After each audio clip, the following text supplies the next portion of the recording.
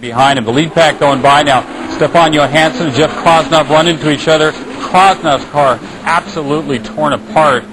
Cockpit winds up on the far side of the track.